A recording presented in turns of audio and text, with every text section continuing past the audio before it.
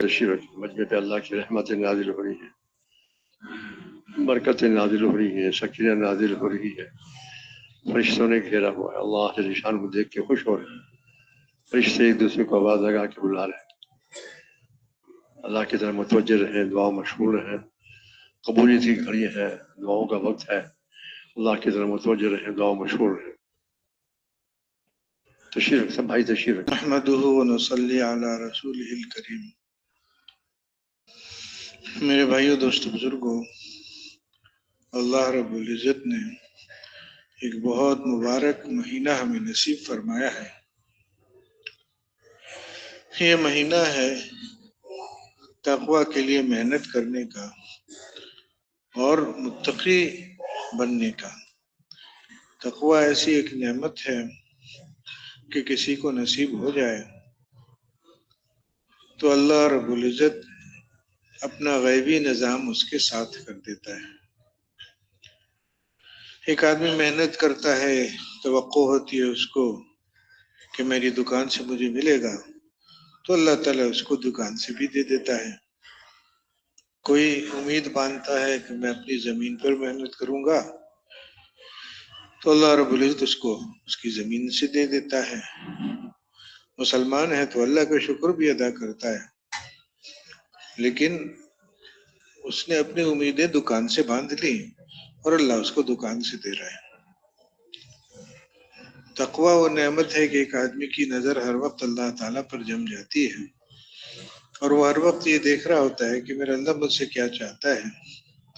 دکان پر بھی بیٹھے اس کی نظر اللہ تعالیٰ کی طرف ہوتی ہے، لے رہا ہے، دے رہا ہے، تجارت کر رہا ہے، لیکن یہ لینا، یہ دینا، یہ تجارت کرنا اس کو اللہ سے غافل نہیں کرتا۔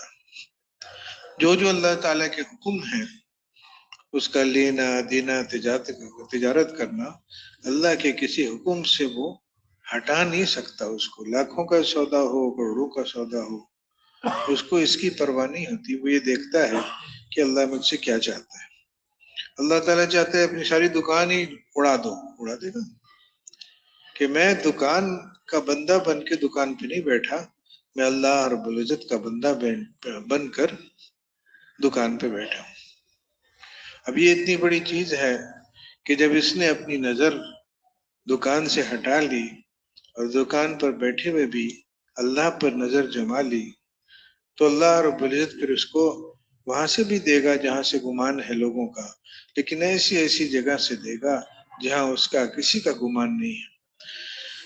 اور جب اللہ دے گا اور ایسی جگہ سے دے گا تو وہ خالصتاً اللہ ہی کا شکر کرے گا کہ اللہ تیرا فضل ہوا تو نے دیا۔ اور اب اس دینے پر بھی جو اللہ تعالیٰ نعمت دے گا اس کی اللہ سے محبت، اللہ سے تعلق بڑھتی ہی جائے گی۔ اب وہ آہستہ آہستہ کر کے ایسا بن جائے گا کہ یہ جو چیزیں ادھر ادھر سے کھینچتی ہیں کہ اب کاروبار کر رہا ہے، اب سودا ہے، کنارے لگ جائے گا، چلو 2-4 منٹ جو ہے دیر سے چلتے ہیں، نماز بھی مل جائے گی، سودا بھی ہو جائے گا، یہ چیز دل کو کھینچتی ہے۔ ایک وقت آئے گا کہ اللہ رب العزت پھر اس کے دل کو ایسا کر دے گا، اس کو یہ بات بالکل واضح ہو جائے گی کہ کرنے والی ذات تو اللہ کی ہے، مجھے تو صرف اللہ کی ضرورت ہے۔ اس والی بات کا دعویٰ آسان ہے، لیکن اس کی حقیقت تک پہنچنے کے لیے کچھ محنت اور پھر اللہ کا فضل چاہیے۔ محنت بندہ کرتا ہے، محنت سے اپنی طلب دکھاتا ہے کہ اللہ مجھے اپنی بندگی کے لیے قبول فرمائے۔ میں چاہتا ہوں کہ نہ میں دکان کا بندہ رہوں، نہ میں زمین کا بندہ رہوں، نہ میں ایک ڈگری عہدے کا بندہ رہوں، اللہ میں تیرا بندہ بننا چاہتا ہوں۔ ابھی ایک جملہ ہے، ایک بول ہے، بہت قیمتی بول ہے، بہت اچھی نیت ہے، لیکن ہے نیت۔ اس کے لیے اب اس بنیاد پر اپنی زندگی گزارنی ہوگی کہ جہاں اللہ تعالیٰ کہہ رہا ہے رک جاؤ وہاں رک گئے، جہاں اللہ رب العزت فرما رہا ہے کہ چل پڑو وہاں چل پڑے۔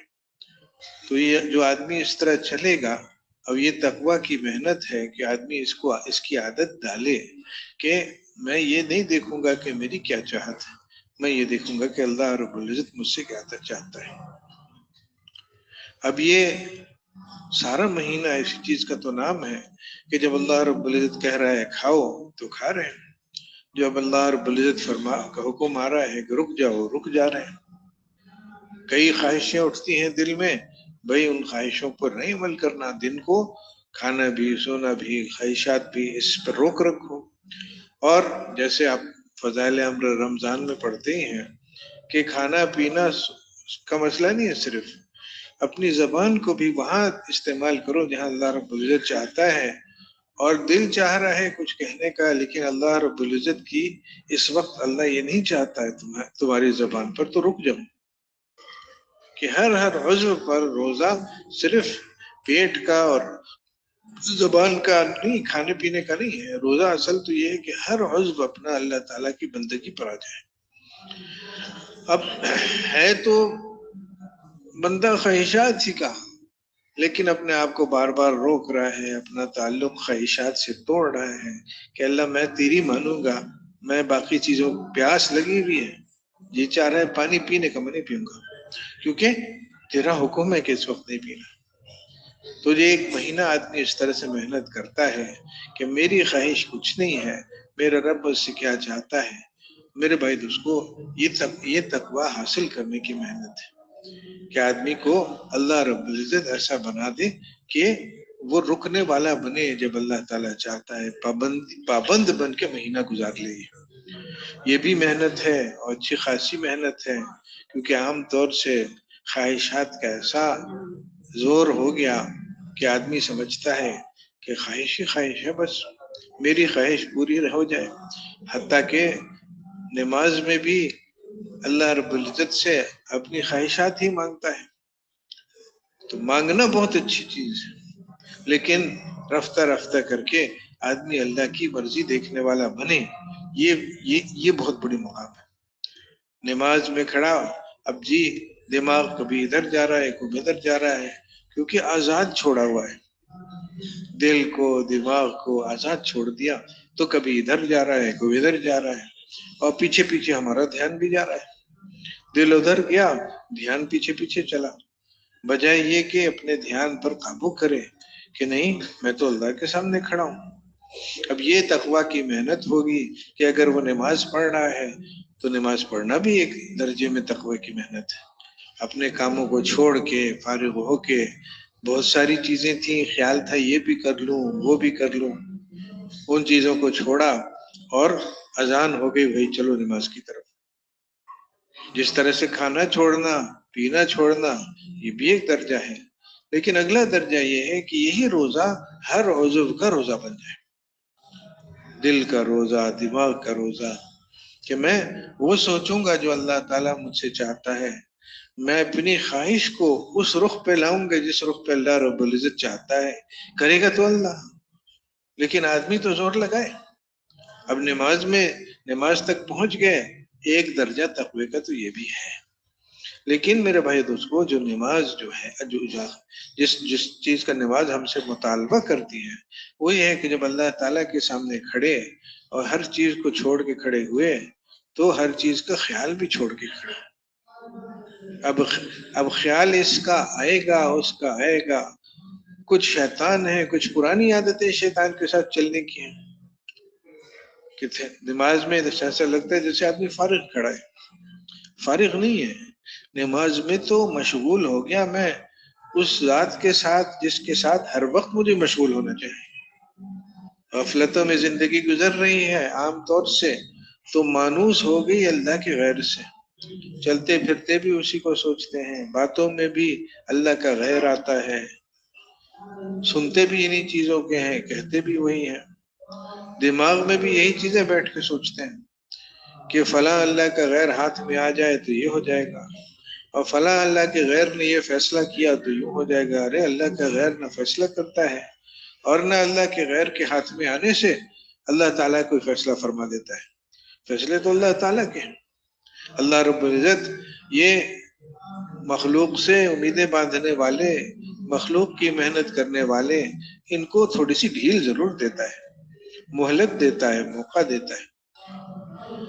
حق تو اس کا یہ تھا کہ جہاں انسان کی نظر اللہ سے ہٹی اسی وقت اس کو ختم کر دیتا ہوں، کہ قیامت کے دن، قیامت کب آئے گی؟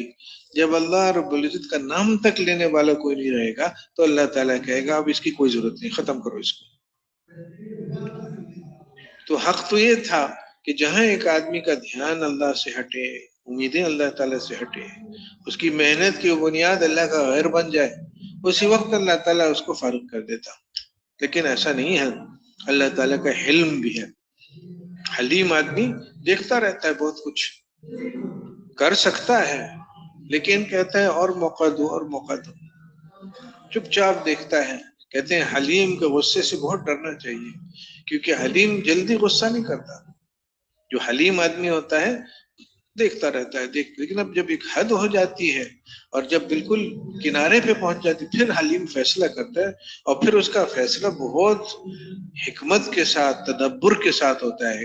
ایسے غصے کے زور میں نہیں کرتا ہے کچھ، بلکہ سوچ سمجھ کے، جیسے ایک آدمی سوچ سمجھ کے کام کرتا ہے، تو وہ حلیم کا غصہ آخری بات ہوتی ہے، پھر پیچھے نہیں ہٹنا ہوتا۔ تو اللہ رب العزت حلیم بھی ہے، اللہ رب العزت ان چیزوں کو چلنے دیتا ہے، اور بیچ میں اللہ تعالیٰ کی ایک رحمت ہے، ایک کرم ہے کہ ایسوں کو بار بار بلاتا ہے اپنی طرف، موقع دیتا ہے، کبھی دے کے، کبھی لے کے، کبھی سختی سے، کبھی تنگی سے متوجہ کرتا ہے آدمی کو کہ میری طرف متوجہ ہو۔ تو حق تو یہ تھا کہ غفلت کے بعد فوراً سزا ہوتی کہ بھی تم کس سے غافل ہو گئے، کتنے بڑے سے، کتنے بڑے محسن سے، کتنی بڑی بے وقوفی کی بات ہے کہ جس کے ہاتھ میں سب کچھ ہے اس کو تو بھول گئے، اور جو اس نے چیزیں بنائی جن میں سے ہر چیز ہر وقت اس کے محتاج ہے، اس کے پیچھے لگ گئے۔ بہت بڑی غلطی ہے۔ تو اللہ رب العزت نے اس غلطی سے نکلنے کے لیے بھی نماز دی ہے کہ آدمی سب سے کٹ کے اللہ تعالیٰ کے سامنے کھڑا ہو۔ وہ جو اللہ رب العزت کی طرف سے پکار ہوئی کہ آؤ نماز کی طرف، آؤ کامیابی کی طرف، تو وہ کامیابی سمجھ کے نماز میں پڑھے، نماز میں لگے۔ یعنی یہ بھی اللہ کا فضل ہے، یہ بھی اللہ کا کرم ہے کہ ایک آدمی نماز تک پہنچ جاتا ہے، بہت بڑی بات ہے۔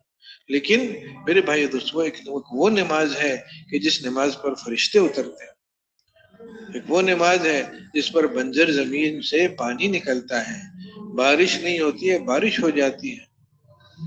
ایک وہ نماز ہے کہ جس کے بارے میں صاف صاف فرما دیا کہ کامیاب ہو گئے وہ لوگ جنہوں نے اللہ کو ویسا مانا جیسا وہ ہے، کامیاب ہو گئے۔ اور وہ کون ہے؟ وہ ہے جو نماز میں خشوع کے ساتھ لگتے ہیں، کہ دل ان کا تابع ہوتا ہے کہ میں کس کے سامنے کھڑا ہوں، میں اپنے رب کے سامنے کھڑا ہوں۔ وہ ایک ہی ہے جو سب کچھ کرتا ہے، میں اس کے پیچھے، اس کے پیچھے مجھے لگنے کی ضرورت نہیں، کبھی زراعت کے پیچھے، کبھی تجارت کے پیچھے، ان چیزوں میں مجھے لگنے کی ضرورت نہیں، ان سے نہیں ملے گا، ملے گا اللہ تعالیٰ سے۔ ہاں میں ان چیزوں میں لگوں گا کہ حضور صلی اللہ علیہ وسلم کے طریقے ان میں بھی زندہ ہوں، ان میں بھی زندہ ہوں۔ دکانداری میری اللہ رب العزت کا حکم مان کے حضور صلی اللہ علیہ وسلم کے طریقے سے ہو، لوگ دیکھیں کہ یہ ہے طریقہ دکان چلانے کا، اس کی جو برکتیں ہیں، اس کا جو نور ہے وہ لوگوں کو نظر آئے۔ میں دکان پہ اپنی ضرورتوں کے لے کے نہیں جا رہا کہ یہ دکان میری ضرورت پوری کر، میں بڑی محنت کروں گا، میں تیرے ہر تقاضا پورے کروں گا، تو بس میرا کام کر دے، میں اس طرح نہیں جا رہا ہوں۔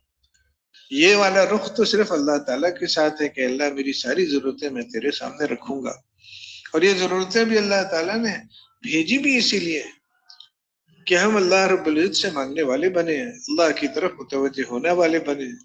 جب وہ ضرورت آئی اور اس ضرورت کو لے کے میں کسی اور کے پاس گیا، بہت ظلم کیا۔ ضرورتوں کے لیے کاروباروں میں اور تجارتوں میں اور بیوی بچوں میں اور بادشاہتوں اور حکومتوں چلانے میں نہیں لگوں گا، میری ضرورتیں وہاں سے نہیں پوری ہوں گی۔ میری ضرورت تو میں اللہ کے فضل سے دن میں 5 دفعہ بہت بڑے آقا کے سامنے رکھنے کا مجھے موقع ہے، میں رکھوں گا۔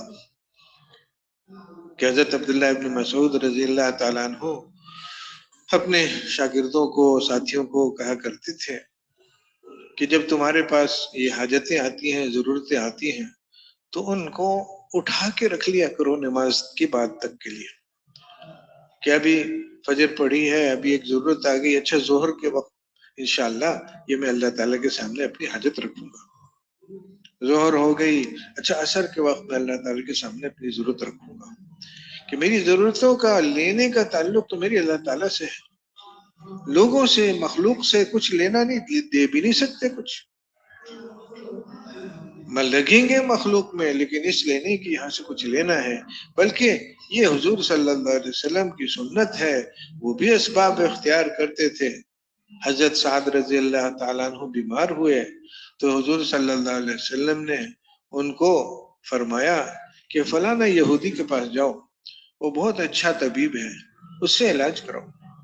علاج کرانے کو حضور صلی اللہ علیہ وسلم فرما رہے ہیں، لیکن یہ نہیں فرما رہے ہیں کہ اس کے علاج سے کچھ ہوگا، کرے گا تو اللہ تعالیٰ، شفا تو اللہ تعالیٰ کی طرف سے ہوگی، لیکن یہ اسباب اختیار کر لو۔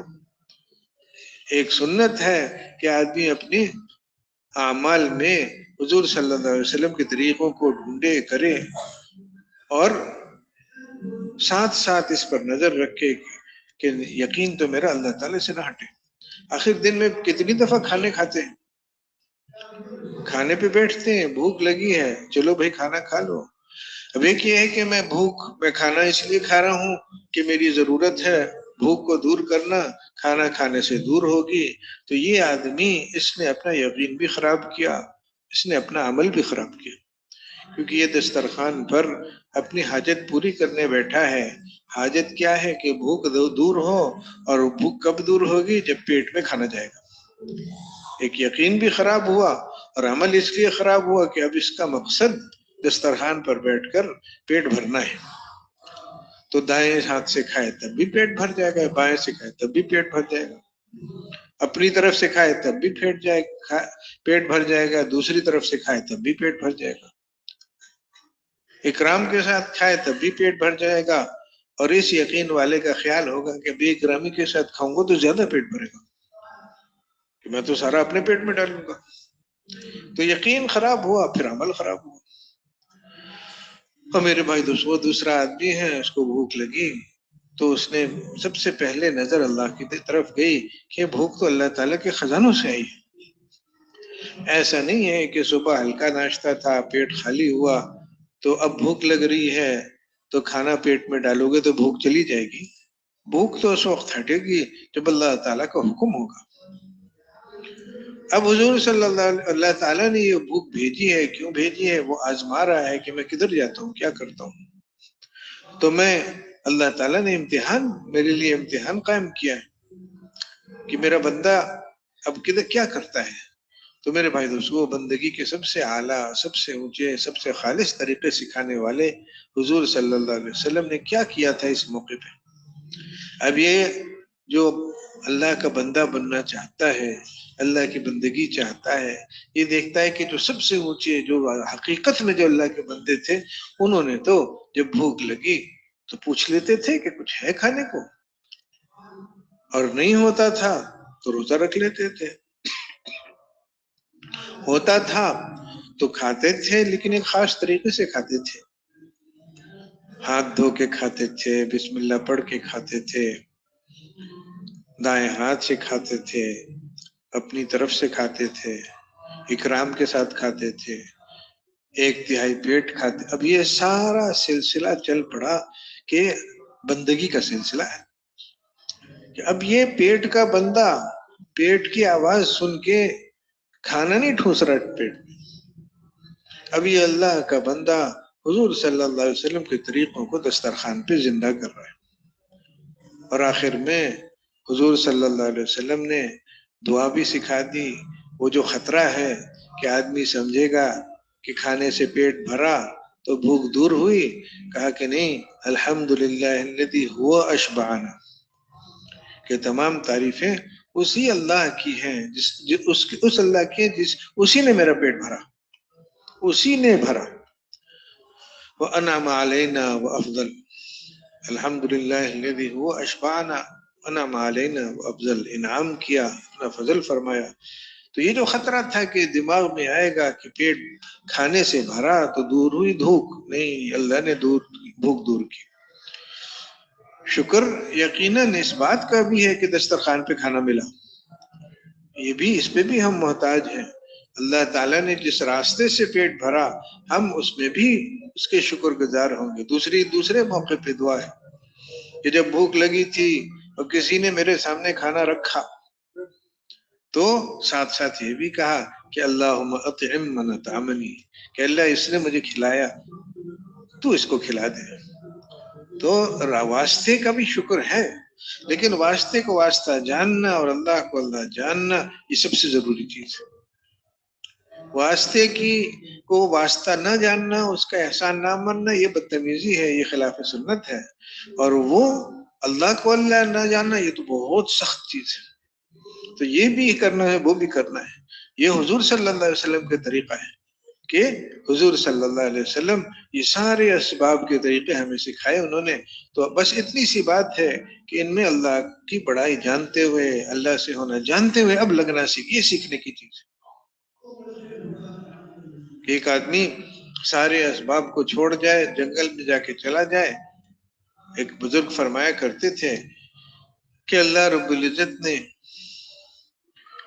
ہماری تربیت، اس امت کی تربیت اپنے ہاتھ میں لے لی ہے، اور یہ جو پچھلی امتیں تھیں یہ اللہ رب العزت کی محبت میں، اللہ کے شوق میں کوشش کرتے تھے کہ میں اپنی تربیت خود کروں، طریقے نکالتے تھے جس میں ہم مخلوق سے کٹیں، اللہ سے جڑیں، لیکن وہ طریقے اللہ رب العزت کی طرف سے تجویز کردہ نہیں تھے، یہ خود انہوں نے پیدا کیے تھے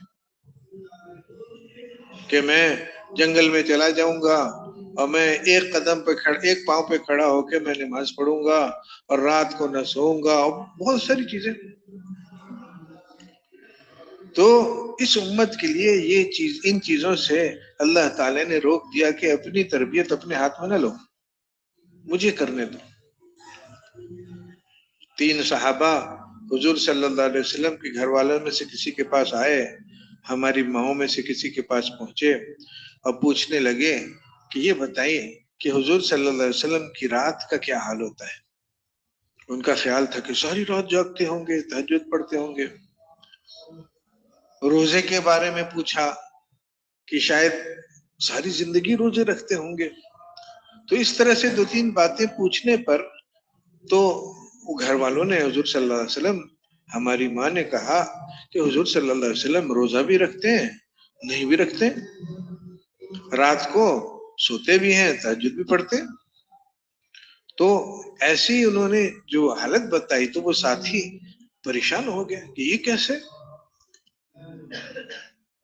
لیکن ان کو خیال ہوا کہ شاید یہ اس لیے ہے کہ حضور صلی اللہ علیہ وسلم تو بخشائے ہیں، ان کے تو اگلے پچھلے سارے اگر ہو بھی کوئی غلطیاں، کوئی کمیاں، اللہ نے معاف کیا ہوا ہے تو نہیں، لیکن ایسے ہی ہم تو نہیں ایسے، تو ہمیں تو محنت کرنی ہوگی۔ اور ایک نے کہا میں تو ساری رات تہجد پڑھوں گا، اور دوسرے نے کہا کچھ کہ میں مسلسل روزے رکھوں گا، ایسی 2-3 باتیں، اور یہ کہتے ہوئے چلے گئے۔ تھوڑی دیر میں حضور صلی اللہ علیہ وسلم تشریف لائے اور انہوں نے، ان کے گھر والوں نے بتایا کہ یہ ایسا ہوا، یہ ایسے جوان آئے تھے، انہوں نے یہ باتیں کی اور یہ عزم کر کے گئے۔ حضور صلی اللہ علیہ وسلم ان کو بلوایا اور چہرہ مبارک غصے سے سرخ ہو گیا۔ یعنی آدمی سوچتا ہے کہ اس میں غصے کی کیا بات ہے، ان کی غلط فہمی ہوئی، ان کو سمجھا دو، نہیں، غصے سے سرخ ہو گیا۔ اور جو بات انہوں نے فرمائی وہ بات اصل ہے کہ میں اللہ کو تم سب سے زیادہ جانتا ہوں، کہ میں اللہ کو تم سب سے زیادہ جانتا ہوں، میں بتاؤں گا کہ اللہ تعالیٰ کیا چاہتا ہے۔ یہ جو تم کہہ رہے ہو کہ میں ساری رات جاگوں گا اور میں ایسا کروں گا ویسا کروں گا، اللہ نے کہا ہے، یہ تمہیں پتہ ہے کہ یہ چیز اللہ کو پسند ہے، جو میں کر رہا ہوں وہ اللہ کو پسند ہے۔ تو جہاں ایک طرف یہ سیکھنا ہے کہ مخلوق کا یقین دل سے نکلے اور دل اللہ رب العزت کی طرف ہر حال میں متوجہ ہو، اور آدمی پھر کاروباروں میں لگے اور دل اللہ سے نہ ہٹے۔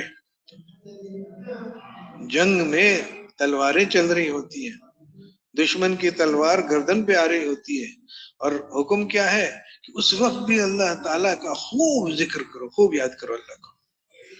سودا بیچ رہا ہے، لے رہا ہے، دے رہا ہے، غفلت کا وقت ہے، اس موقع پہ خوب اللہ کو یاد کرو.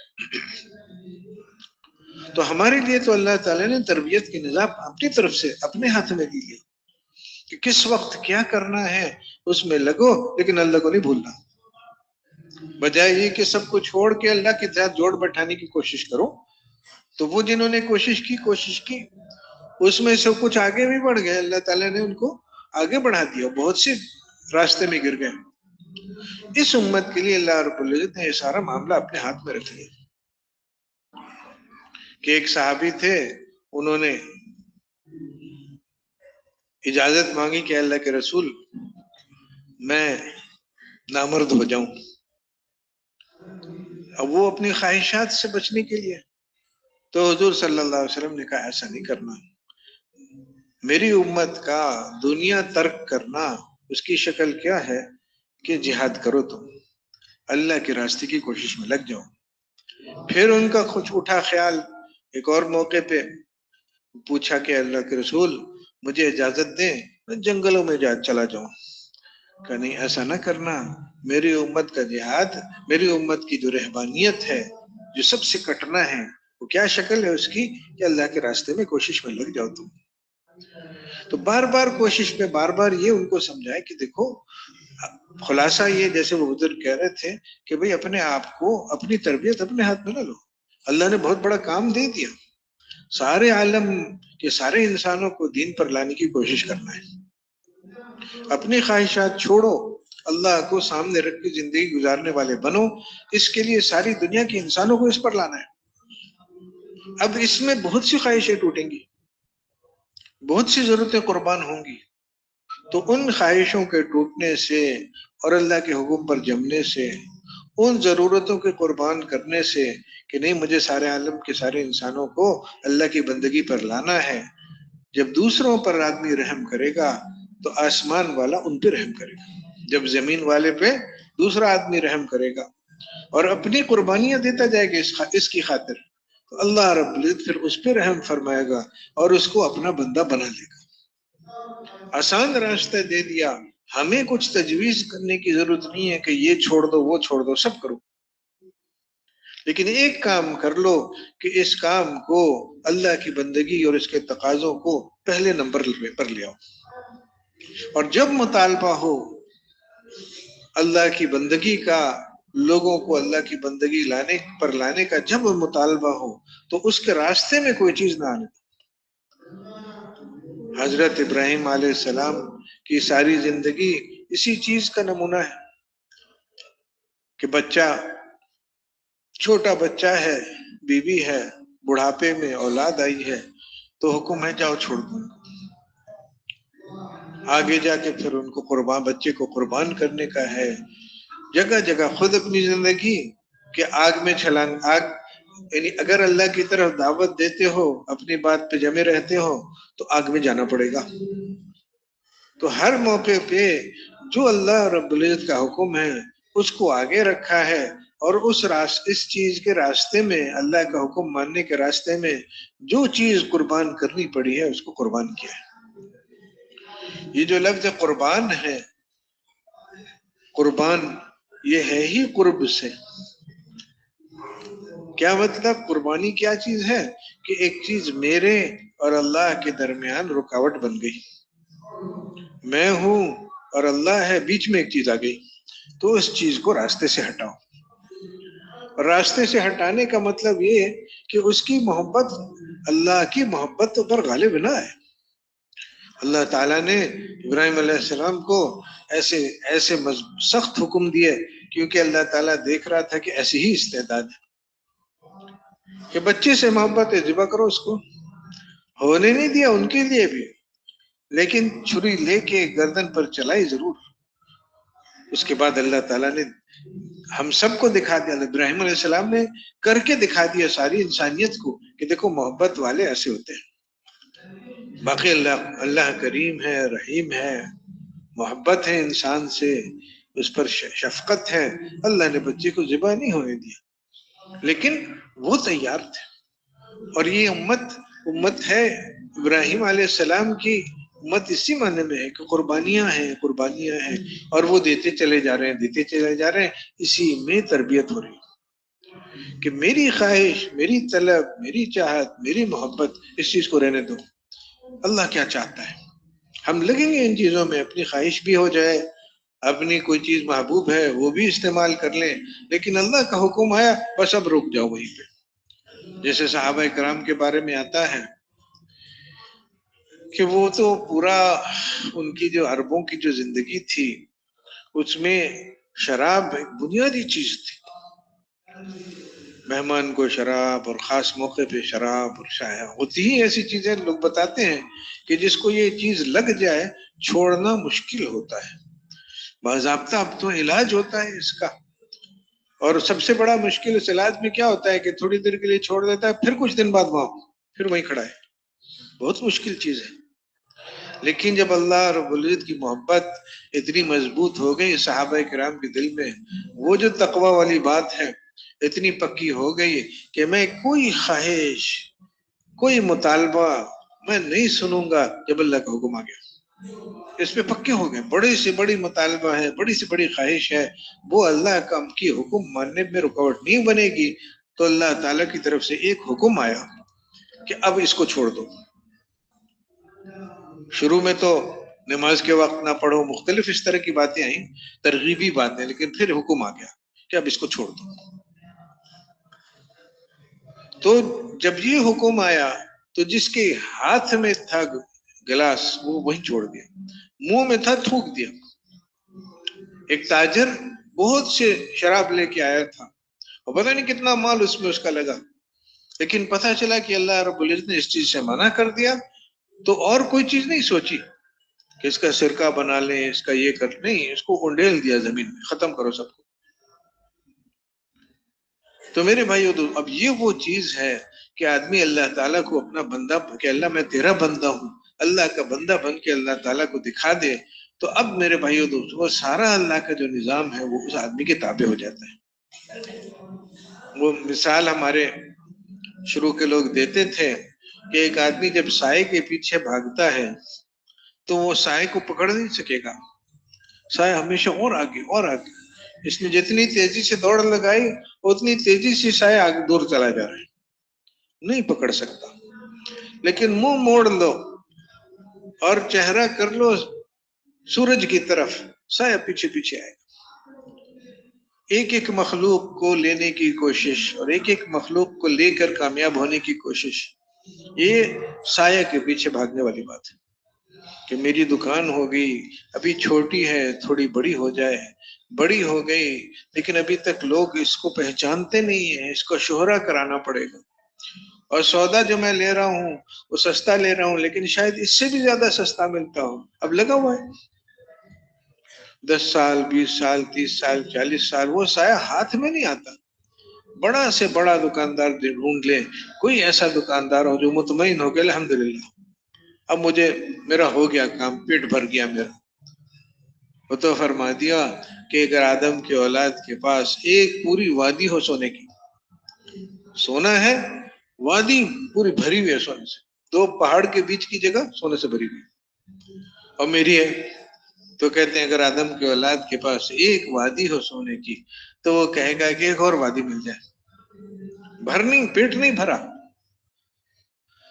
وہ تو جب قبر میں پہنچیں گے وہ قبر کی مٹی بالکل بھر دے گی پیٹ کو، اللہ سب کی حفاظت فرمائے۔ پھر ان چیزوں کی خواہش ختم ہو جائے گی کہ مجھے سونے کی وادی ہوتی، وہ کہے کہ چھوڑو سونے کی وادی کو، میرے پاس کوئی ایسا انتظام ہوتا کہ اللہ رب العزت مجھ سے راضی ہو جائے، کہ وہ سونے کی وادی میرے ہاتھ میں ہوتی اور میں اس کو خرچ کر دیتا، میں لوگوں کو دے دیتا، اس کی طلب ہوگی وہاں پہ، یہ نہیں ہوگا کہ ایک اور وادی ہو جائے اور ایک اور وادی۔ ہاں، بعض لوگوں کو اس وقت بھی نہیں سمجھ میں آئے گی کہ اللہ تعالیٰ کے سامنے کھڑے، اللہ تعالیٰ پوچھ رہا ہے میں نے تجھے مال دیا، تو نے کیا کیا اس کے ساتھ؟ وہ کہتے ہیں اللہ میں نے اس کو خوب بڑھایا، موقع دے میں واپس جا کے لے کے آؤں، تو واپس جانا تو ہے نہیں، لے کے آنا تو ہے نہیں۔ اگر یہاں اپنا مال تم چاہتے تو دنیا میں اس کو بھیج دیتے آگے، یہ کیا نہیں۔ تو میرے بھائیوں دوستوں بزرگوں، یہاں جو چیز سیکھنے کی ہے اس زندگی میں، وہ بندگی ہے کہ میں اللہ کا بندہ عملی طور پر، یعنی اللہ کا فضل ہے، الحمدللہ یہ نعمت ہے کہ اپنے آپ کو ہم اللہ کا بندہ کہیں گے، اور کوئی یہ والا جملہ پسند نہیں کرے گا کہ تو اپنے دکان کا بندہ بن گیا۔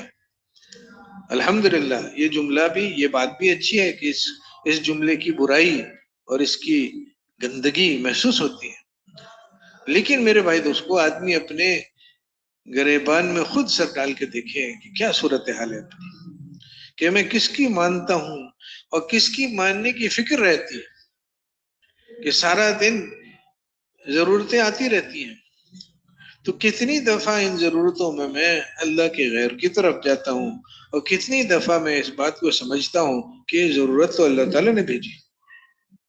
مسئلہ یہ ہے، چلے لگ گئے، 4 مہینے لگ گئے، سال 7 ماہ لگ گئے، بہت اچھی بات ہے، اس کو کم نہ سمجھا جائے۔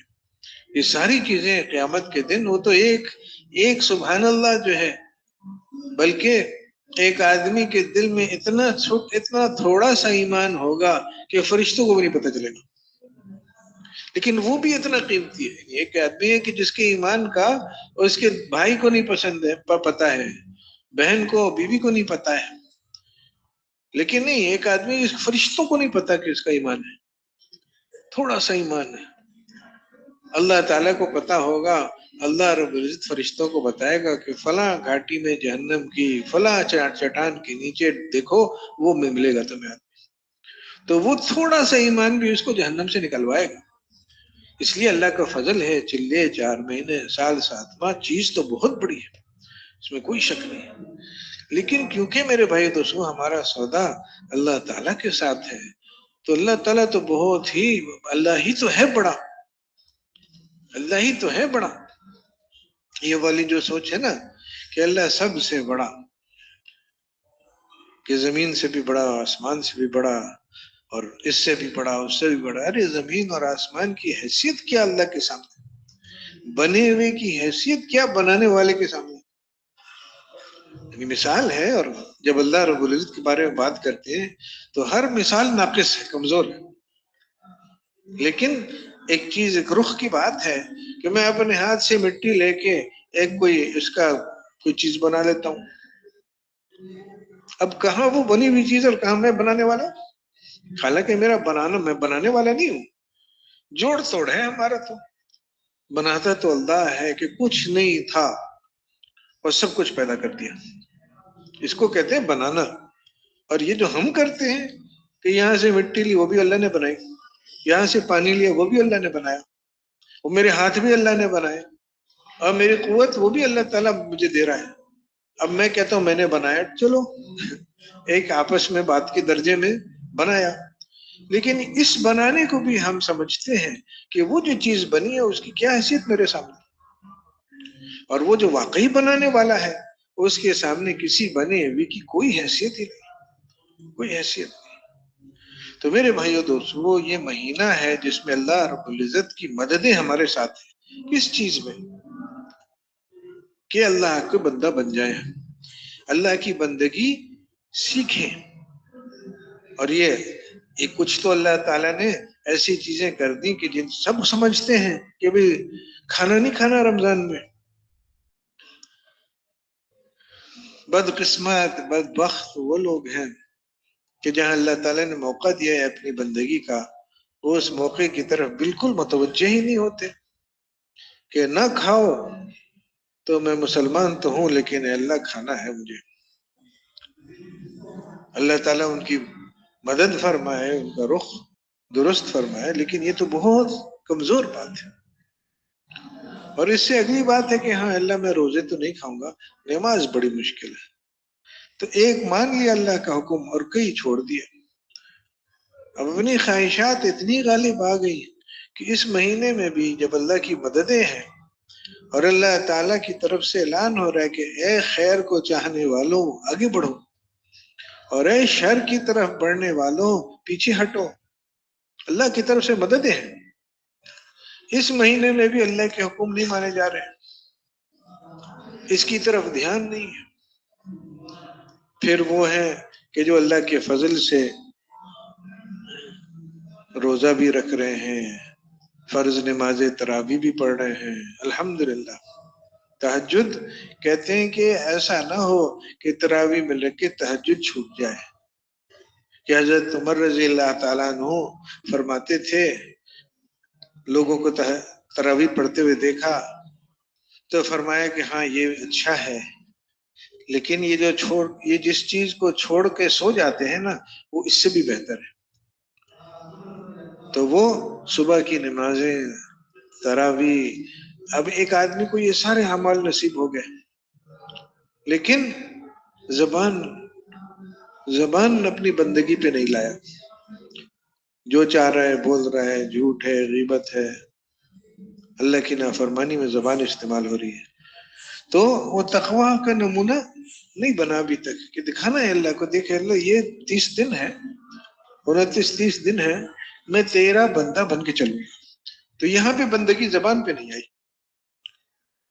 کھانے پینے کے معاملے میں اللہ کا بندہ بن گیا، نمازوں کے معاملے میں اللہ کے جو یہ والے حکم ہے جسم کی طرف بن گیا، لیکن نماز میں کھڑا ہوا کیا سوچ رہا ہے اس کو قابو کرنے کی کوشش نہیں ہے. تو یہاں پہ بندگی نہیں آئی کہ جہاں جہاں خواہش کھینچ کے لے کے جا رہی ہے وہاں ہم رکے نہیں، وہاں تقوی کی شکل نہیں بن سکی.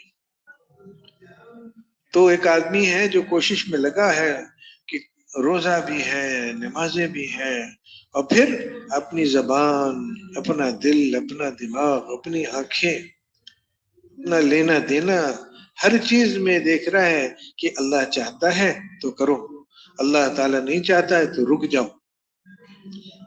وہ کہتے ہیں نا کہ کوئی آدمی لڑے گا تم سے، اب جب ایک آدمی مجھ سے لڑ رہا ہے تو میرا جی چاہتا ہے میں بھی لڑوں، تو کہا روک لو اپنے آپ کو، اس کو کہہ دو کہ میں تو روزے سے ہوں، کہ مجھے اب اجازت نہیں ہے کہ میں کسی جذبے پہ چلوں سوائے اس جذبے کہ اللہ تعالیٰ مجھ سے یہ چاہتا ہے بل کرو پورا اس کو. میں یہ چاہتا ہوں یہ ختم ہو چکا ہے، میں تو روزے سے ہوں، تم لڑو جتنا لڑنا ہے، میں نہیں لڑوں گا. کیوں؟ میں تو روزے سے ہوں، میں ختم ہوں، میرا رب کیا چاہتا ہے وہ میں کروں گا. بہت بڑی چیز ہے، اور اس میں کیونکہ اللہ کی مددیں ہیں اس لیے جو کوشش کرے گا تو راستہ آسان ہے.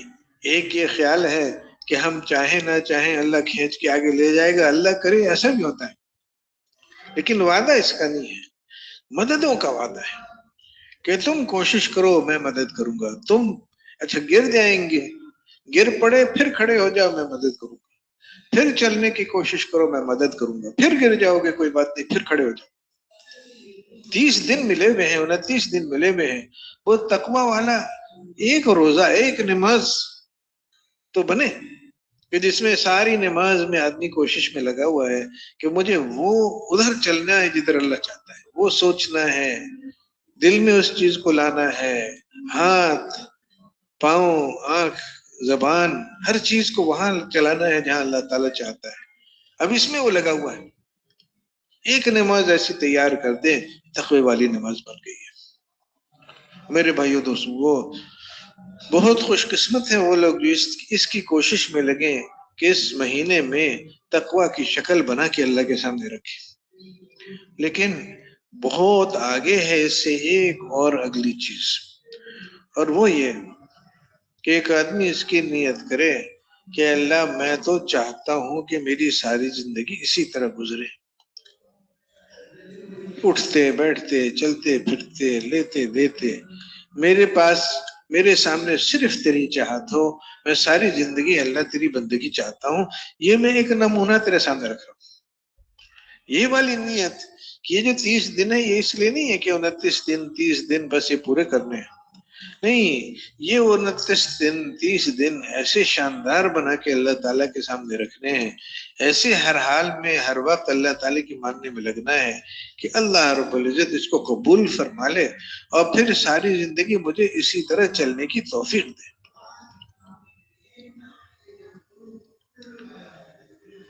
یعنی الحمدللہ ساتھی محنت بھی کر رہے ہیں، آگے بھی بڑھ رہے ہیں. کبھی کبھی کسی کمی کا ذکر ہوتا ہے، اس لیے نہیں کہ وہ اس کی کمی بیان کی جائے، بلکہ اندازہ ہو کہ کتنا آگے بڑھنے کی ضرورت ہے. کہ 7 مہینے بعض دفعہ ایک آدھ جماعت کوئی لگاتی ہے تو اس کی فکر ہوتی ہے کہ یہ 210 دن کب پورے ہوں گے.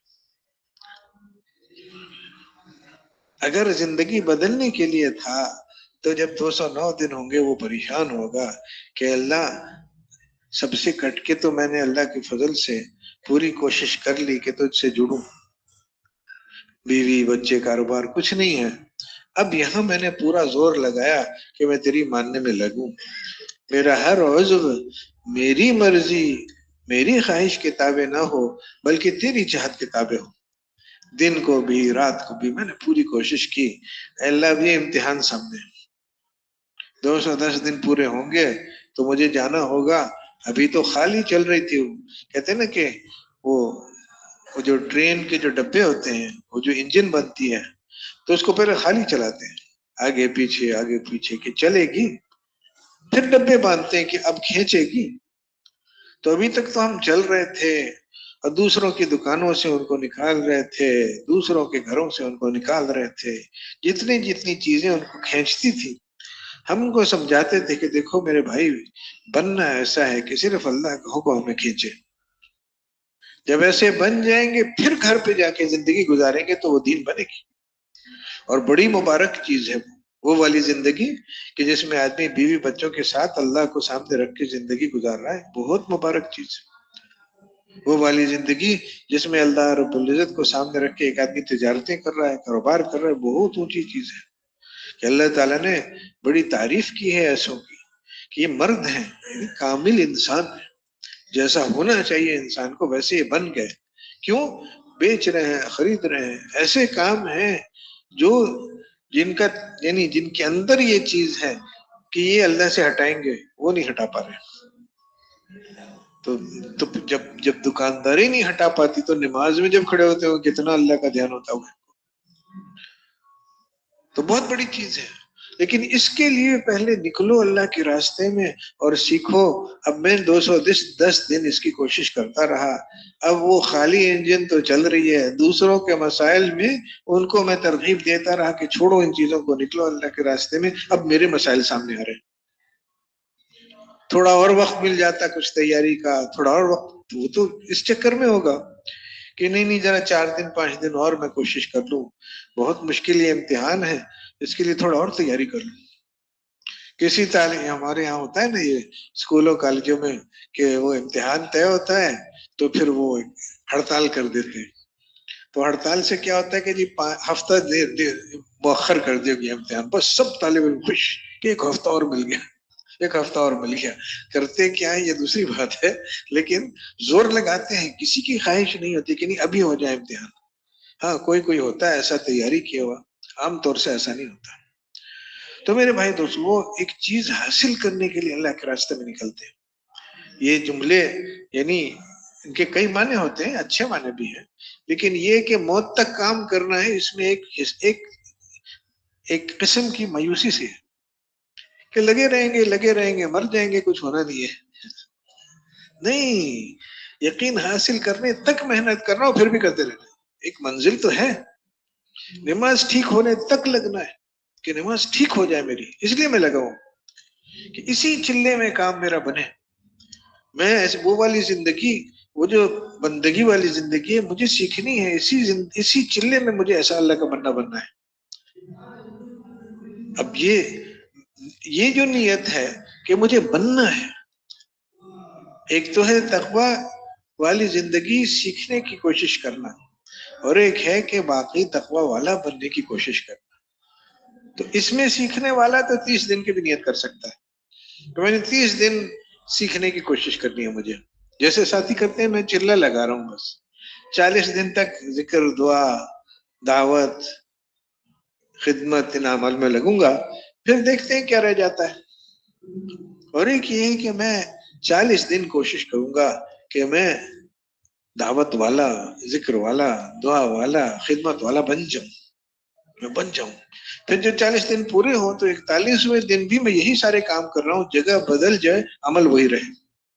متقی تو وہ ہوتا ہے کہ رمضان ہے تب بھی تقوی والی زندگی ہے، اور رمضان نہیں ہے تب بھی تقوی والی زندگی ہے. اور اس مہینے میں ہر سال اللہ تعالیٰ ایک مہینہ موقع دیتا ہے کہ جو لوگ میری بندگی سیکھنے چاہتے ہیں وہ لگا لیں زور، کچھ رکھے میرے سامنے، میں نے پسند فرما لیا تو ساری زندگی کے لیے تمہیں تقوی نصیب فرما دوں گا۔ تقوی والا اب اس کے سامنے سونا ہو چاندی ہو کوئی چیز اللہ کے حکم سے اس کو نہیں ہٹا سکتی۔ گردن کاٹ لو لیکن اللہ کے حکم سے نہیں پیچھے ہٹنا۔ اور میرے بھائی دوستو بہت بڑی چیز ہے تقوی، لیکن اس کے سے آگے پھر اگلا قدم ایک ہے کہ اللہ رب العزت یہ جو چیزیں کھینچ رہی ہیں نا اپنی طرف، ان کا کھینچنا بھی ختم کر دیتا ہے۔ اب شوق ہو جاتا ہے کہ میں اللہ پر کچھ لگاؤں۔ پہلے تو یہ چیزیں کھینچ رہی ہیں کہ نہیں مجھے نہ لگاؤ، میں کروں اللہ کا حکم ہے تو میں لگاؤں گا، کہ میرا جی چاہتا ہے کہ 100 کے 100 روپے میرے پاس رہیں، لیکن اللہ کا حکم آ گیا یہ 2.5 لگانے ہیں، میں تمہاری اے مال میں تمہاری نہیں سنوں گا، یہ 2.5 روپے اللہ کے راستے میں خرچ کروں گا، اس کو میں مانوں گا اللہ کی، چاہے دل چاہے نہ چاہے۔ یہ بہت بڑی چیز ہے، لیکن میرے بھائی دوستو اس سے اگلا قدم یہ ہوتا ہے کہ آدمی کو طلب ہوتی ہے کہ میری خواہشیں اور قربان ہوں۔ ہمارے بزرگ کے بارے میں بتایا جاتا ہے کہ وہ ایک موقع پہ انہوں نے بقرعید سے کئی مہینے پہلے بکرا خریدا، چھوٹا سا بکرا، بکری کا بچہ، اور یہ خیال تھا کہ 4-6 مہینے میں کھائے گا پیے گا بڑا ہوگا پھر اس کو ذبح کریں گے بقرعید کے لیے۔ اب اس 4-6 مہینے میں بچے بھی اس کے ساتھ کھیل رہے ہیں اور گھر والے بھی کھلا رہے ہیں پلا رہے ہیں، حتیٰ کہ وہ گھر والے سارے اس کو بیٹا بیٹا کہہ کے پکارنے لگے کہ ہمارا بیٹا ہے۔ اب جب بقرعید کا وقت قریب آیا تو گھر میں شور کے بیٹے کو ذبح کریں گے اور وہ جو ہمارے بزرگ انہوں نے اسی لے لیا تھا کہ نہیں اسی کو ذبح کرنا، کہ کوئی اور بکرا لے لیتے ہیں، بکرے بہت ہیں بازار میں، اسی کو ذبح کرنا، اسی کو ذبح کرنا، اسی لیے اس کو لیا تھا کہ دل میں محبت ہوگی، پھر ایک محبوب چیز اللہ پہ لگائے گی کہ تم نیکی کے کامل درجے تک اس وقت تک نہیں پہنچ سکتے جب تک کہ تم ان چیزوں میں سے خرچ نہ کرو جو تمہیں محبوب ہے۔ تو اب یہ ذوق بن جاتا ہے کہ کسی چیز کی محبت ہو میں اس کو لگاؤں اللہ پر، کہ وہ صحابی ہیں کہہ رہے ہیں عبداللہ ابن حذافہ سہمی کہ کافر بادشاہ نے پکڑ لیا اور اب ان کے ساتھیوں کو ایک ایک کر کے جلتی ہوئی تیل کی کڑاہی میں ڈال رہے ہیں، ایک گیا غالباً دوسرا گیا تو یہ رونے لگے، اور وہ بادشاہ سمجھے کہ ڈر گیا، کہا نہیں بھائی ڈرا تھوڑی میں تو اس پہ رو رہا ہوں کہ اب میری باری آئے گی اور تم مجھے اس جلتے تیل میں پھینک دو گے اور ایک جان ہے چھوٹی سی قربان ہو جائے گی، تو مجھے تو اس پہ رونا آ رہا ہے کہ اتنا جلدی کام ہو جائے گا۔ یہ ہے کیا چیز کہ میرے جسم پہ جتنے بال ہوتے اتنی جانیں اللہ مجھے دیتا، اور تم مجھے ایک دفعہ ڈالتے ایک جان جاتی، دوسری دفعہ ڈالتے دوسری جان جاتی، ڈالتے رہتے میں بار بار اللہ پہ جان دیتا رہتا مجھے تو اس پہ رونا آ رہا ہے کہ ایک ہی تو جان ہے۔ جیسے خود حضور صلی اللہ علیہ وسلم نے اپنی چاہت کا اظہار فرمایا کہ میرا جی چاہتا ہے کہ میں اللہ کے راستے میں جاؤں اور شہید ہو جاؤں، پھر زندہ کیا جاؤں، پھر شہید ہو جاؤں، پھر زندہ کیا جاؤں۔ اب یہ جو خواہش تھی، یہ جو کھینچتے کہ نہیں میری گردن نہ کٹے۔ ہمارے ساتھیوں کا تو کہتے ہیں نا کہ ایک بزرگ بیٹھے تھے ہمارے حضرات میں سے خانہ کعبہ کے سامنے، ایک ساتھی طواف کر کے آیا اور کہا کہ حضرت کتنی مبارک جگہ ہے، کیسی نورانیت ہے، جی چاہتا ہے یہیں جان چلی جائے، آپ دعا فرمائے اللہ یہاں کی موت نصیب فرمائے۔ تو وہ ہاتھ اٹھانے لگے، کہا نہیں ابھی نہیں۔ ان کا اللہ کا بزرگ بندہ ہے، خانہ کعبہ کے سامنے بیٹھا ہے، اس نے دعا کر دی کہ اللہ اس کی جان لے لے تو کہیں ابھی نہ جان نکل جائے، ابھی کئی کام ہے میرے۔ تو وہ اللہ کا فضل ہے، قربانی کر رہا ہے، آ رہا ہے، خانہ کعبہ آیا ہے، خرچہ کیا ہوگا، جذبہ اچھا ہے، لیکن ابھی تک اتنی محبت نہیں آئی کہ دل کا جذبہ یہ ہو کہ میں قربان ہو جاؤں اللہ پہ۔ ہمارے بزرگ ہیں، اللہ تعالیٰ ان کو مکمل شفا صحت دے، ہمیں ان سے پورا استفادہ نصیب فرمائے۔ وہ فرمایا شوق ساتھیوں کو اس خوف سے نکالنے کے لیے پوچھا کرتے تھے کہ یہ بتاؤ کہ جو لوگ اللہ کے راستے میں نہیں جاتے وہ بیمار نہیں ہوتے؟ تو وہ بھی بیمار ہوتے ہیں۔ اچھا، تو جو اللہ کے راستے میں نہیں جاتے وہ مرتے نہیں ہیں؟ وہ بھی مرتے ہیں۔ تو کیا گھر پر مرنے کی کوئی فضیلت ہے؟ کیوں نہیں تمنا کرتے ہو کہ اللہ مجھے گھر سے بہت دور اپنے راستے میں کی شہادت نصیب فرما، دل سے اس کی تمنا۔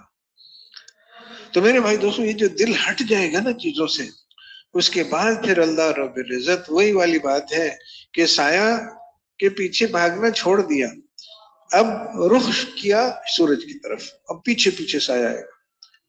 دنیا جو ڈھیروں ڈھیر صحابہ کرام کے پاس آئی، اور وہ جو مدینہ منورہ میں وہ سونے چاندی کا اتنا ڈھیر لگتا تھا کہ ایک طرف کھڑا ہوا آدمی دوسری طرف کو دیکھ نہیں سکتا تھا، اتنا سونا چاندی، سونے کے سکے غلے کی طرح بوریاں بھر بھر کے گھر میں پڑی ہوتی تھی۔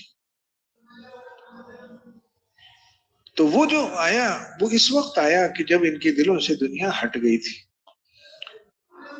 کیونکہ اللہ رب العزت اپنے بندوں سے دنیا کو ایسے روک کے رکھتا ہے جیسے ہم مریض کو بد پرہیزی سے بچاتے ہیں کہ بیمار ہو گیا ہے، چینی نہیں اس کو کھانی چاہیے، اب وہ پھیکی چائے لا کے دیتی ہے بیٹی بیٹا، جس کو بہت محبت ہے باپ سے، باپ کہتا ہے بیٹا تھوڑا سا اس میں چینی تو ڈال دو، نہیں ابا چینی نہیں ڈالیں گے، اب وہ نہیں مان رہی، کیوں؟ کیونکہ نقصان ہو جائے گا اس کا، محبت ہے پوری کی پوری لیکن حکم نہیں مان رہے، چاہت پوری نہیں کر رہے، کیوں؟ کیونکہ چاہت پوری کی تو اس کا نقصان ہوگا، اس کا بھی جی ہے کہ اس کی چاہت پوری ہوگی، وہ اس کا جی ہے کہ باپ میٹھی چائے پیے، خوب میٹھی پہ، لیکن کیا کریں اس کا نقصان ہو جائے گا۔ تو میرے بھائی دوستوں، یہ ساری دنیا اللہ نے ہمارے لیے ہی بنائی ہے، اور یہ ساری دنیا، یہ ساری مخلوق اللہ کے بندے کا حکم ماننے کو تیار بیٹھی ہے، سعادت سمجھتی ہے۔ وہ کہتے ہیں نا کہ فرشتے پر بچھاتے ہیں، کہ ایک آدمی اللہ کی طرف بڑا، اللہ کا علم سیکھنے نکل رہا ہے، فرشتے پر بچھا رہے ہیں، اور چونٹی سمندر کی مچھلی اور چونٹی بلوں کی چونٹیاں دعائیں کر رہی ہیں۔ اتنا یہ ساری مخلوق ہمارے تابع ہیں، لیکن ہم اللہ کے تابع بن کے دکھا دیں۔ اور ابھی مسئلہ یہ ہے کہ اگر ان کا تابع ہونا ہمارے سامنے آ جائے تو ہم پھر بگڑ جائیں گے، کہ بد پریزی سے جیسے تم اپنے مریض کو بچاتے ہو ویسے میں ایمان والے کو دنیا سے بچاتا ہوں، کہ دنیا اس کو خراب کر دے گی، یہ مخلوق میں ایسا لگ جائے گا، دینے والے کو بھلا دے گا، دی ہوئی چیز میں گم ہو جائے گا۔ اس لیے اللہ تعالیٰ بچا بچا کے رکھتے ہیں کہ اگر اللہ رب العزت اپنی دین کو کھول دیتا مخلوق پر، انسانوں پر، اپنے بندوں پر، تو یہ پھر باغی بن جاتے، اللہ کو بھلا کے وہ جو دی ہوئی چیزیں ہیں، اور چاہے وہ چیزیں مال ہو، چاہے ملک ہو، چاہے مادی اسباب ہو، چاہے روحانی ترقیات ہو، اس میں ایسا گم ہو جائے گا، ایسا مست ہو جائے گا، اللہ کو بھلا دے گا، میں بہت بڑا بزرگ بن گیا، میری بات چلتی ہے۔ یہ وہی فرعون والی بات تو ہے، یہ فرعون والی جملے زبان پہ نہیں دل میں تو آئیں گے ہی، اس لیے اللہ تعالیٰ بچا کے رکھتا ہے کہ اس آزمائش میں نہ ڈالو، اس کو فقیر ہی رکھو، مظلوم ہی رکھو۔ ہمارے ایک بزرگ سے کسی نے مشورہ لیا، بھائی جو اصول ہے نا وہ تو مشورے سے طے ہوتے ہیں، یہ واقعات حضرات کے صرف اس لیے بتائے جاتے ہیں کہ ایک رخ سمجھ میں آئے کہ ایک چیز ہے جس میں خوبی بھی ہے کمی بھی ہے، تو وہ مشورے سے جو بھی طے ہو۔ لیکن وہ کچھ ساتھیوں نے ان سے پوچھا کہ جی ہم مسجدوں کی کمیٹیوں میں ہم جگہ پکڑ لیں، کہ ہوتا یہ ہے کہ ہماری جماعت آتی ہے اور کمیٹی کے جتنے لوگ، اچھا مسجد ہم ہی نے بنائی، ہمارے ہی چندوں سے بنی، اب وہ کمیٹی میں ہم نے، کیونکہ آپ نے منع کیا ہوا ہے کہ ان چیزوں میں نہ لگو، تو وہ کمیٹی ساری ایسی ہو گئی ہے کہ وہ ہمیں مسجد میں آنے نہیں دیتی، اب کہتی تبلیغی جماعت کا آنا منع ہے، تو ہم کیوں نہ ایک دو ساتھی، کوئی مسئلہ نہیں ہے، ہم کمیٹی میں اپنے ڈال دیا کریں، شروع کی بات ہے۔ تو انہوں نے کہا نہیں، کسی کمیٹی میں ہمارا ساتھی نہ ہو. میں تو چاہتا ہوں، ملک ایسا تھا جہاں برف باری ہوتی ہے، میں تو چاہتا ہوں کہ تم پہنچو مسجد کے دروازے پہ، دروازہ بند ہو اور برف باری ہو رہی ہو، تم لوگ وہاں کھڑے ہو، پھر کسی کو بھیجو کہ بھئی چابی دیکھو، اور وہ کہنی ہم چابی نہیں دیتے، اور تم اس وقت رو، اس پر تمہیں ہدایت ملے. تو میرے بھائی دوستو، کبھی کبھی ہماری چاہت کچھ ہوتی ہے اور اللہ رب العزت کیا چاہتا ہے ہمیں تو اس میں لگنا ہے. تو اس چیز سے بچانے کے لیے ہمیں اللہ رب العزت روک روک کے دنیا دیتا ہے. لیکن جب یہ چیز ہٹ جائے گی، یہ جو مخلوق میں لگنے والی چیز ہے، جو اپنی چاہت کے پیچھے دوڑ والی چیز ہے، یہ دوڑ جب رک جائے گی اور آدمی واقعی اللہ ہی کی چاہت کو سب کچھ سمجھے گا، اور یہ جو چیزیں کھینچ رہی ہیں، بلا رہی ہیں کہ آؤ تھوڑا سا سونا لے لو، یہ ہنس کے دیکھے گا کہ نہیں مجھے نہیں ضرورت ہے اس کی. کہ حضرت ابو الدرداء رضی اللہ تعالیٰ عنہ کہتے ہیں کہ دکان ہو اور میں اس پہ ایک سیکنڈ بیٹھوں بھی نہیں،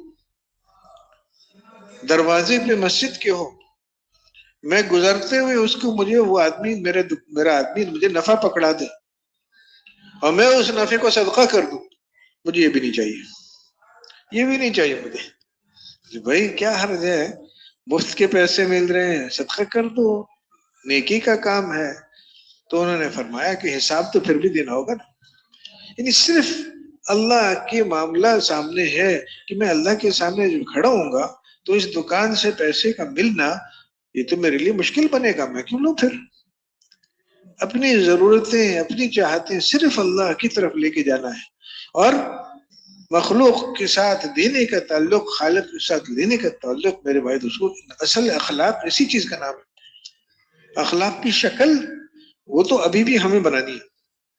لوگوں کے ساتھ اچھا سلوک، خوش دلی سے ملنا، وہ سب ٹھیک ہے، کرنا ہے. لیکن جو اخلاق کی حقیقت ہے وہ اعلی اخلاق ہے کہ جو کسی حال کی وجہ سے آگے پیچھے نہ ہو، کہ دل میں آیا ہوا ہے کہ یہ سارے جتنے ہیں یہ مجھے کچھ نہیں دیں گے، مجھے ان سے کوئی ہے بھی نہیں مطالبہ کہ مجھے میری تعریف کریں، میرے شکریہ ادا کریں. نہیں بھائی، میں تو ان کو دوں گا، یہ بے شک گالیاں دیں، کوئی بات نہیں، ان کے لیے مضر ہے، لیکن مجھے کوئی حرج نہیں ہے. برا بھلا کہہ لے کہ میرا سلوک ان کے ساتھ اللہ سے لینے کے لیے، ان سے لینے کے لیے نہیں ہے. اور بلکہ جتنا مجھے ان کی برداشت کرنی پڑی، جتنا مجھے ان کی برداشت کرنی پڑی، اتنا زیادہ اللہ مجھ سے خوش ہوگا. تو میں کیوں مجھے کسی سے شکایت؟ کر لو جو تمہیں کرنا ہے. کہ وہ ایک دو علماء سے سننے میں آیا کہ جب ان کو پتا چلا کہ کسی نے غیبت کی ان کی، تو انہوں نے اس کو ایک تحفہ بھیجا، کچھ سونا چاندی کو، اس چیز کہ بھئی اللہ تمہیں جزائے خیر دے، تم نے اپنی بڑی بڑی نیکیاں میرے حوالے کر دی، کہ غیبت کرنے والا میری غیبت کر رہا ہے تو مجھے اس کی نیکیاں ملیں گی. تو میں تو کوئی بدلہ اس کا تمہیں نہیں دے سکتا، اتنا بڑا تم نے مجھے تحفہ دیا ہے، کچھ مال ہی لے لو میری طرف سے، تمہارا احسان ہے میرے اوپر. اب وہ کر رہا ہے غیبت اور یہ کہہ رہے ہیں کہ تمہارا احسان ہے، کیونکہ ان کا اس سے کچھ لین دین نہیں، ان کا تو اللہ سے لین دین ہے، اور اللہ نے اس پہ وعدے کیے ہوئے کہ جس کو کسی نے ظلم کیا، مجھ پر کسی نے ظلم کیا، اور میں اس کو اپنا بدلہ لے سکتا ہوں، لیکن میں نے صرف اللہ کے لیے اس کو معاف کر دیا، تو اس پہ اللہ تعالیٰ جنت میں محل دے گا. میں بدلہ لے کے کیا کروں گا؟ کیا مل جائے گا مجھے بدلے میں؟ مجھے تو جنت کا محل لینا ہے. تو میرے بھائی دوستو، یہ ایک زندگی کی بنیاد ہے، وہی زندگی ہے کہ جس کی وجہ سے پھر اللہ تعالیٰ نے ساری دنیا کو بدل دیا. اب 1400 سال ہو گئے، وہ جو حضور صلی اللہ علیہ وسلم، 1500 سال ہو گئے، وہ جو حضور صلی اللہ علیہ وسلم نے مکہ مکرمہ میں محنت کی، پھر مدینہ منورہ میں وہ کمال تک پہنچی، اس محنت نے ساری دنیا کو بدل دیا. اور اللہ رب العزت نے جب اس محنت والوں کو دیکھا کہ ہمیں ان کی محنت پوری ہو گئی، تو اللہ تعالیٰ نے پھر روم اور فارس کی حکومتیں، جن کے بارے میں تصور نہیں تھا کہ یہ ختم ہوں گی، ان کو ایسا ٹکڑے ٹکڑے کیا کہ آج تک پھر جمع نہیں ہو سکے. ہزاروں سال کی حکومت کو اللہ تعالیٰ نے کہا ہٹو راستے سے. کیوں؟ کیونکہ مدینہ منورہ میں وہ زندگی وجود میں آ گئی ہے کہ وہ لیتے ہیں مجھ سے اور دیتے ہیں مخلوق کو. سب جا کے وہاں سیکھو زندگی کیسے گزارنی ہے. اور کوئی بادشاہ کوئی حکومت راستے میں آتی ہے ہٹاؤ اس کو راستے سے. جیسے فرعون کی حکومت کو اللہ تعالیٰ نے منٹوں میں راستے سے ختم کر دیا کہ ہٹو ہو گیا بس. تو اس طرح سے اللہ تعالیٰ نے اس زمانے کی حکومت کو ایسے صاف کر دیا. میرے بھائیوں دوستوں وہ محنت وہی ہے, اللہ کا فضل ہے, لیکن ہم راستے میں اٹک نہ جائیں, کیونکہ محنت کی حقیقت وجود میں آئے گی تو وہ والے فیصلے ہوں گے. ابھی جو ہم دیکھ رہے ہیں برکتیں ہیں نیت کی برکت, کہ کچھ لوگوں نے نیت کی ہے کہ ہمیں حضور صلی اللہ علیہ وسلم کی محنت سیکھنی ہے, اس نیت کی اتنی برکت. لیکن کام کس چیز کا نام ہے؟ کام اس کا نام نہیں ہے کہ 1000 آگے اور لاکھ آگے اور 5 لاکھ آگے. 5 لاکھ کا مجمع تھا, یہ تو خطرناک چیز ہے. یاد کرو حنین کے دن کو کہ جس دن تمہیں اپنی کثرت پسند آ گئی, بہانے لگی, بھول گئے اللہ کو, اسی کو دیکھنے لگے کہ ہم تو 5 لاکھ, ہم تو کتنے تھے ہوتے ہیں حنین میں 12,000, ہم تو 12,000 ہو گئے. ہم 313 تھے, ہمارے ساتھ جم نہیں سکے, ہم تو 12,000 ہو گئے, کیا کریں گے. ادھر صرف 4,000 تھے. نظر ادھر گئی تو اللہ تعالیٰ نے شکست دی. پھر اللہ رب العزت یعنی ایک سبق کے 2 حصے. پہلا سبق یہ کہ تم اس کو دیکھنے لگے تو یہ کچھ نہیں ہے, ہٹاؤ ان کو. پھر 100 رہ گئے, اب 100 کو 4,000 پہ غلبہ دیا. کہ 100 اور 4,000 اور 12,000 یہ کچھ نہیں ہے. اللہ ساتھ ہے یا نہیں ہے, مسئلہ یہ ہے. اللہ کو ساتھ لینے کی فکر ہے یا اپنے 12,000 پہ بھروسہ ہو گیا کہ ہو گیا نا ہمارا کام, کچھ نہیں ہوا. اللہ ساتھ نہیں ہے تو کچھ نہیں ہوا. اور یہ تربیت ہماری بھی یہی تربیت ہو رہی ہے کہ جب تک ہم اللہ تعالیٰ کو اس محنت میں ساتھ نہیں دیں گے تو محنت کے جو نتائج ہونے چاہیے, جو اثرات ہونے چاہیے, وہ برکتیں نظر آ رہی ہیں, لیکن اثرات نتیجے وہ نہیں وجود میں آئیں گے جب تک اللہ کو ساتھ لینے والے ہم نہیں بنیں گے.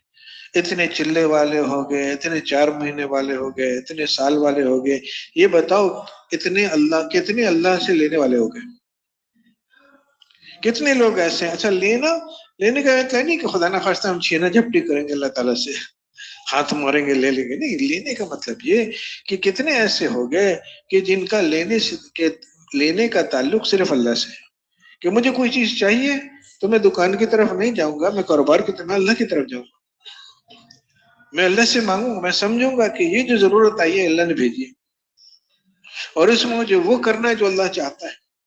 اب وہ جو اللہ تعالیٰ کے کامل بندے, سب سے جو بندگی کی جو مثال ہے, نمونہ ہے حضور صلی اللہ علیہ وسلم, انہوں نے کیا کیا میں وہ کروں گا. اب دوائی بھی لیں گے, کاروبار بھی کریں گے, سودے خریدیں گے بھی, بیچیں گے بھی, لیکن سودے سے ہونے کا یقین دل سے نکلا ہوا ہوگا. اور کاروبار میں تجارت کرتے ہوئے بھی پیسہ بنانے کے لیے نہیں تجارت ہوگی. وہ فضائل صدقات میں وہ واقعہ ہے نا کہ ایک تاجر نے, ایک چینی کے تاجر نے, قافلہ آیا چینی کا. اب تاجر آخر پیسوں سے خریدی ہوگی نا چینی, اور اسی لیے خریدی ہوگی کہ 50 کی مل رہی ہے 100 کی بیچوں گا. اب پتا چلا کہ مدینہ منورہ میں کمی ہے, چینی ختم ہو گئی, لوگوں کے پاس چینی ہے نہیں. تو جو لوگ جن کا لوگوں سے لینے کا تعلق تھا وہ تو اس پہ خوش ہو جاتے کہ واہ واہ موقع مل گیا, 100 کے بجائے 150 لوں گا, میں زیادہ ملے گا, لوگ دیں گے بھی, اور سودا جائز ہے. میں میری چیز ہے, میں کہتا ہوں 150 دو مجھے, تو نہیں دو تمہاری مرضی. سودا اسی کو کہتے ہیں کہ دونوں طرف راضی ہیں اور ایک سودا ہو رہا ہے, اچھا بھائی ٹھیک ہے لے لو. لیکن یہ لوگ, ان کا تعلق تجارت میں لینے کا مخلوق سے نہیں تھا. تجارت ان کی اللہ سے لینا ہے. تجارت میں حضور صلی اللہ علیہ وسلم کے طریقے. یہ بھی خوش ہو گئے کہ چینی کی کمی ہے مدینہ میں, میرے پاس اتنی چینی آ گئی, واہ واہ واہ واہ, تقسیم کر دو, مفت تقسیم کر دی. کہ میں تجارت پیسے بنانے کے لیے تھوڑی کر رہا ہوں, میں تو تجارت اللہ رب العزت کو راضی کرنے کے لیے کر رہا ہوں. تو میرے بھائی دوستو, یہ جو اللہ سے لینا پھر مخلوق کو دینے والی زندگی ہے، اس کو وجود میں لانے کی کوشش ہو رہی ہے۔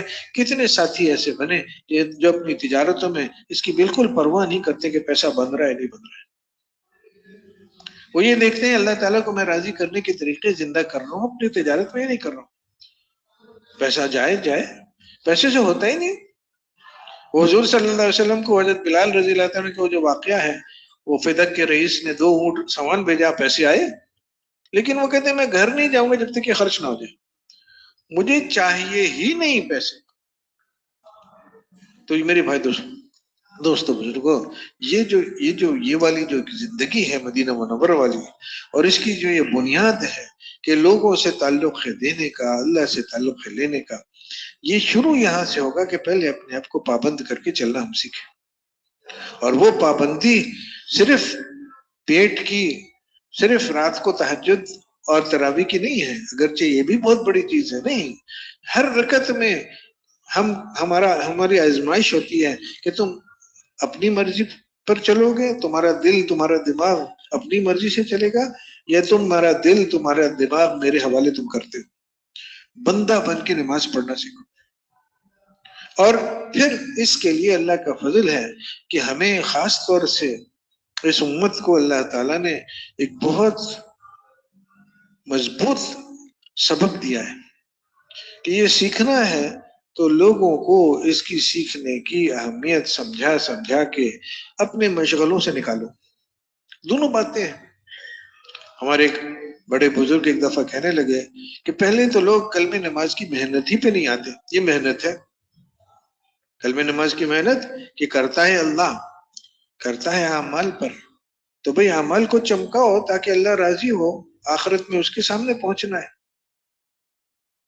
کلمہ نماز کی محنت یہ ہے کہ اس محنت میں اب لگ جائے آدمی کہ میں یہ سیکھنا چاہتا ہوں کہ میں اللہ کی ماننے والا بنوں، اس یقین کے ساتھ کہ اسی ماننے میں اللہ تعالیٰ کی رضا ہے، اللہ کی رضا دنیا بھی بنائے گی آخرت بھی بنائے گی۔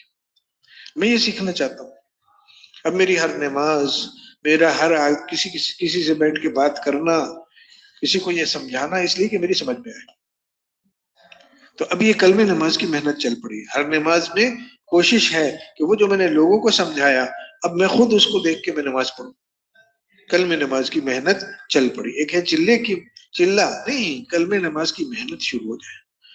تو فرمایا کہ پہلے تو لوگ کلمے کی نماز کی محنت پر آتے نہیں، چلہ لگا لیتے ہیں، لگ گیا چلہ میرا سا، کہتے ہیں قوائف پورے ہو گئے۔ نہیں، چلہ میں کلمہ نماز کی محنت کرنی ہے، کلمہ بھی تھوڑا آگے بڑھے، نماز بھی تھوڑی بہتر ہو، کم سے کم کوشش کی کے اندر اللہ تعالیٰ ہمیں نصیب فرمائے کہ ہم کوشش کرنے والے بنے، کوشش بھی رہ جاتی ہے۔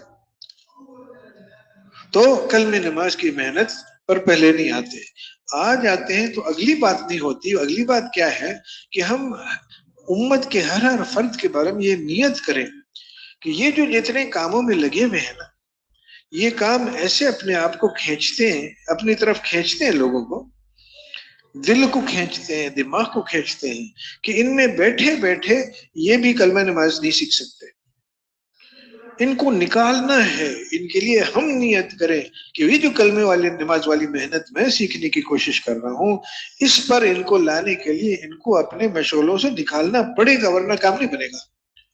اور نہیں نکالا بغیر کلمہ نماز کی محنت، یعنی ایک آدمی قدم بھی نہیں اٹھایا اس طرف کہ میری نماز ٹھیک ہو، میرا یقین ٹھیک ہو، تو جب اس سے پوچھا جائے گا من ربوں کا، تو یہ کیا جواب دے گا کہ تمہاری ضرورتیں کہاں سے پوری ہوتی تھی؟ اب یہ اللہ کا بندہ بے شک نمازی ہو،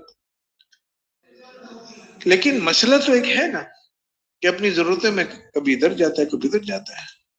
4 مہینے والے، 7 مہینے والے، سال والے پتہ نہیں کتنے ایسے ہیں کہ جو تجارتیں کرتے کرتے، لیکن جب ضرورت آتی ہے کہتے ہو یہ تو اللہ نے بھیجی ہے، چلو اللہ سے مانگتے ہیں۔ اور یہ نہیں ہے تو من ربوں کا جواب پتہ نہیں کس حد تک دے سکیں گے۔ وہ جو ہاں لا ادری ہے، کیا مطلب کہ وہ آدمی سوچے گا کہ میری ضرورتیں کہاں سے پوری ہوتی تھی، میں اپنے مسئلے کس کے پاس لے کے جاتا تھا۔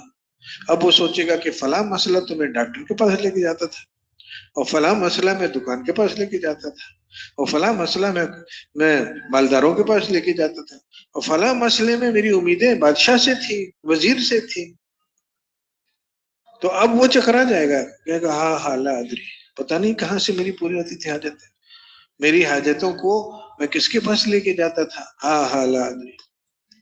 تو یہ مصیبت ہے بہت بڑی، اور اس مصیبت سے نکلنے کے لیے پہلا قدم کہ یہ جو مشغولیتیں ہیں جنہوں نے ہمارے دلوں کو پھانس لیا، ہمارے دماغوں کو پھانس لیا کہ نماز میں کھڑے ہوئے بھی وہاں سے نہیں ہٹ پاتی، دھیان نہیں ہٹ پاتا، تو اس سے نکلنا ممکن نہیں ہے جب تک کہ اللہ کے راستے میں ان ساری چیزوں کو چھوڑ کے کلمہ نماز کی محنت کی خاطر یہ نہ نکلے، ان کا بھی نہیں بنے گا کوئی کام۔ تو یہ دونوں چیزیں جمع کرنی ہے، ایک طرف میری ذات سے محنت، ہر ظہر میں ظہر کی پڑھی، ظہر کا اندازہ لگایا، استغفار کیا آخر میں، اور پھر نیت کی کہ انشاءاللہ عصر بہتر ہوگی، اور اس بہتر کرنے کے لیے کیا کرنا ہے؟ دعوت دینی ہے، سیکھنے سکھانے میں لگنا ہے، ذکر میں لگنا ہے، دعا میں لگنا ہے۔ اب یہ مہینہ ایسا اللہ نے بنا دیا کہ یہ یکسوئی والا مہینہ ہے، اگر آدمی چاہے کہ مجھے تقوی والا نمونہ پیش کرنا ہے تو بہت ساری رکاوٹیں اللہ نے ہٹا دی راستے سے۔ کھاؤ، صبح کھاؤ، شام کھاؤ، اور اتنا کھاؤ جتنی ضرورت ہے۔ چلو شروع کے 4-5 دن آدمی کو ڈر بھی لگا رہتا ہے کہ پتہ نہیں اچانک دن کو بھوک نہ لگ جائے، خدا نخواستہ، تو سحری ذرا دبا کے کھاؤ۔ ارے بھوک لگ گئی تو کیا ہو گیا، ساری زندگی حضور صلی اللہ علیہ وسلم بھوک ہی کے ساتھ گزارا ہے انہوں نے، تو ہمیں بھی لگ جائے گا تو کیا مشکل ہے، معمول کے مطابق کھائیں، ٹھیک ہے، کمزور ایسا نہ کریں خدا نخواستہ۔ یہ بھی ہوتا ہے ساتھی آگے بڑھ جاتے ہیں کہ کھا ہی نہیں رہے، اور وہ جو فضائل صدقات میں ان بزرگوں کے واقعات ہیں جنہوں نے زندگی گزار کے ایک مقام تک پہنچے، وہ ہم کہتے ہیں ہم ابھی سے کریں گے، کہ وہ حضرات جو ہیں وہ کہ ایک فنجان چائے بنا سحری اور پتہ نہیں اس طرح کی بات ہے۔ بھائی وہ لوگ 50-50 سال محنت کر کے یہاں پہنچے، ہم کہتے نہیں آج ہی ہم کریں گے، ہم کیسے کریں گے؟ تو معمول کے مطابق سحری ہو گئی، معمول کے مطابق افطاری ہو گئی، شام ہونے لگی، تھوڑی بھوک بھی لگی، تو فارغ کر دیا اللہ تعالیٰ نے کئی طرف سے، خواہشات کئی طرف کی اللہ تعالیٰ نے روک دی کہ بس اس میں نہیں لگنا، اور رک جاتے ہیں ساتھی۔